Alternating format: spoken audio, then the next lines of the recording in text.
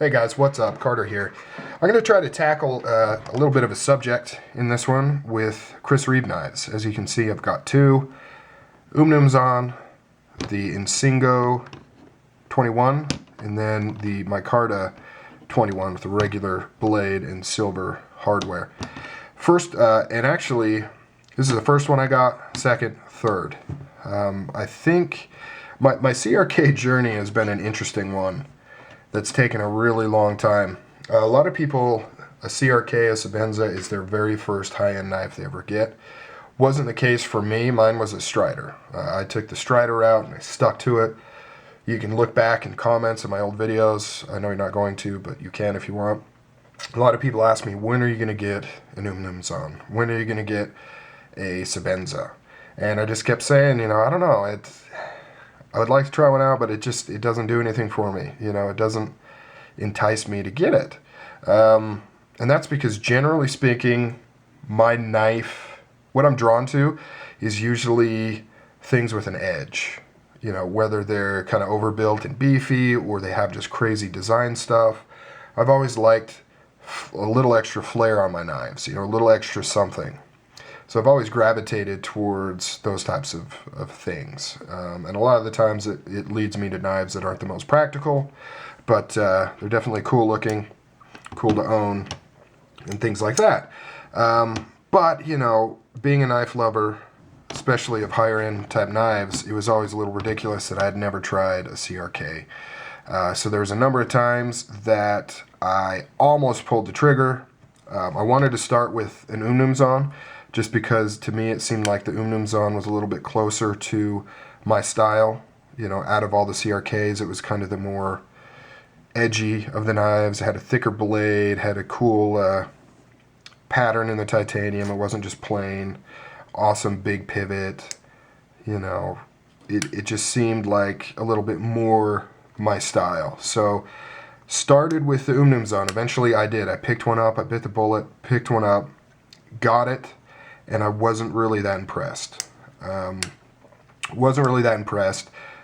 Didn't even carry it at first because I thought I would end up selling it, and I didn't want to carry it and get it, scratched up a little bit, and then have to sell it for dirt cheap.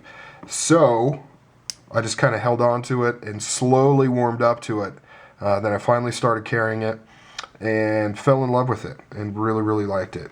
And it was same with my first Sebenza. Same thing. So finally I was like, well, I should try a Sebenza. I got the Umnums on. I liked it. I didn't even totally, I wasn't head over heels with it. I was still kind of on the fence with CRKs. I liked my Umnums on, but I wasn't overly in love with it. Finally, I decided to pick up a 21. Went with the Insingo blade just because it was a little bit different. I liked the look of it, and I thought it would work pretty well for utility use. So I picked this up, came in, same thing. Was not overly impressed with it. And I think some of that had to do with maybe the hype. Everybody says the Sebenza perfection, and Sebenzas are perfect.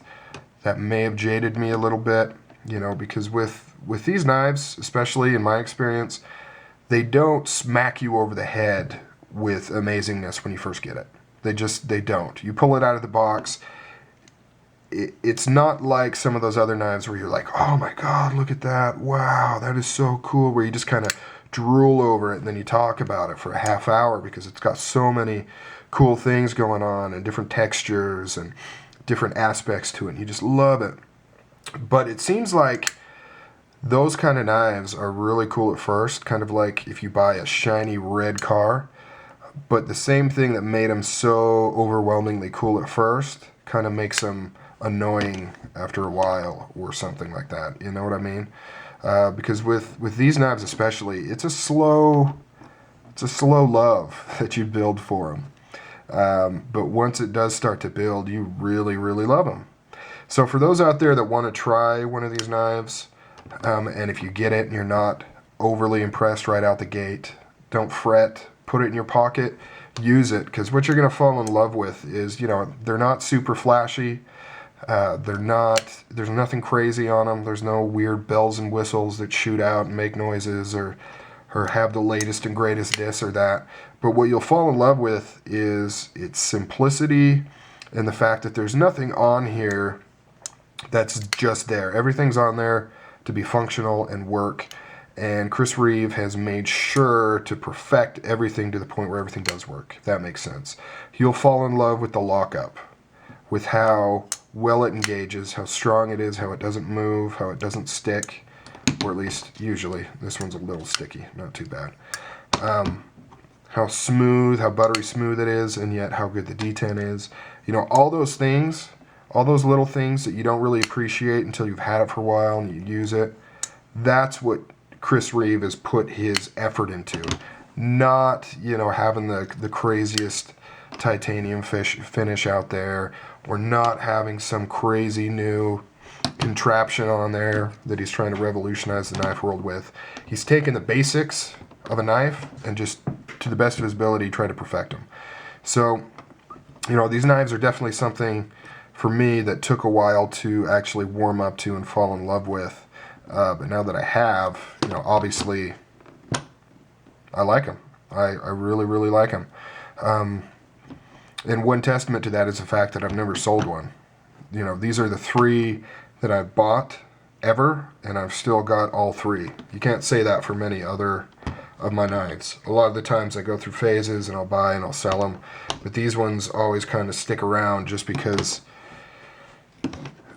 well, kind of like I said before, there's no, I mean, what you like about them is the fact that it's such a well-executed knife, and it's hard to, you don't move past that, if that makes sense. I kind of go through phases where, oh no, I'm into super beefy, heavy, crazy folders, but then I'll be into that for a while, and then I'll realize, but they're kind of a pain to carry around, they're heavy, and you know, they only give me 3.5 inches of cutting length, but the thing weighs as much as a Glock. You know, it's a little ridiculous. So then I kind of get out of that phase, and maybe I'll sell them, and I'll get into super ornate knives, but you know what I mean? Like, things will kind of go around with what I'm into, but with these, you don't get past that. You never not like a functioning, well-executed knife. You always like that. And so it just seems like there's more lasting like here. But like I said, if there's any advice I can give to you, if you're going to be a first-time CRK buyer, you know, if you're not blown away the second you open it up, you're just kind of like, oh, you know, because literally I said, oh, yeah, it's a knife. You know, it seems to be done well, but it's nothing special. It's just a knife. Don't fret. That's a normal reaction, or at least it was for me.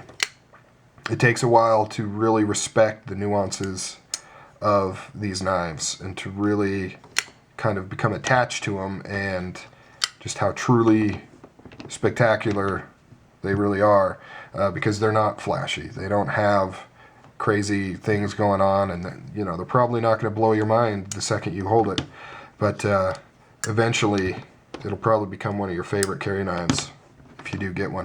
Alright guys, that's it. Just wanted to share my CRK journey with y'all, and you guys have a good day. I will talk to you later. Out.